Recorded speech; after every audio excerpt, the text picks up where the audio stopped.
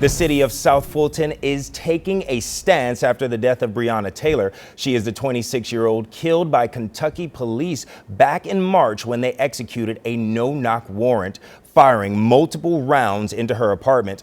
As our Bobeth Yates tells us, this week South Fulton passed the Breonna Taylor law to ensure a similar incident doesn't happen in their city. Bobeth? Yes, Trace, and the city of South Fulton voted unanimously to prohibit all no-knock warrants, saying they don't want something similar happening here. In addition to that, they said that no-knock warrants are ineffective, and they're put both the family that lives at that home and possibly the law enforcement officer serving those no-knock warrants in danger.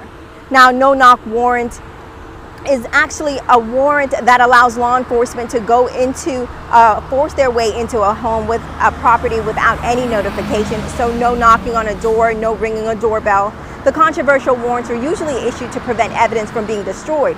But South Fulton Council member Mark Baker, who sponsored the resolution, says there haven't been any cases of no-knock warrants issued in this location here, but they want residents not to ever have to deal with this situation, and that they also said those incidents that happened around Fulton County are pretty much hoping to prevent this from happening again.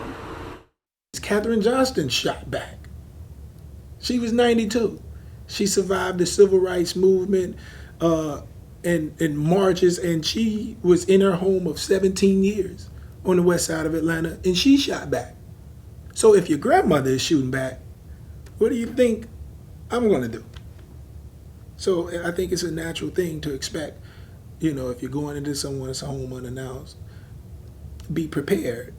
And we don't even want to put our officers in that situation. Now, another thing that Councilmember Baker just told me was that this area here, South Fulton, was also home to John Lewis. And he says this no-knock warrant legislation in honor of Breonna Taylor also honors the legacy of Lewis, saying that this is something that he would also fight for. I'll have more details on this coming up in our 9 and 11 o'clock newscast. Sending it back to you, Tracy.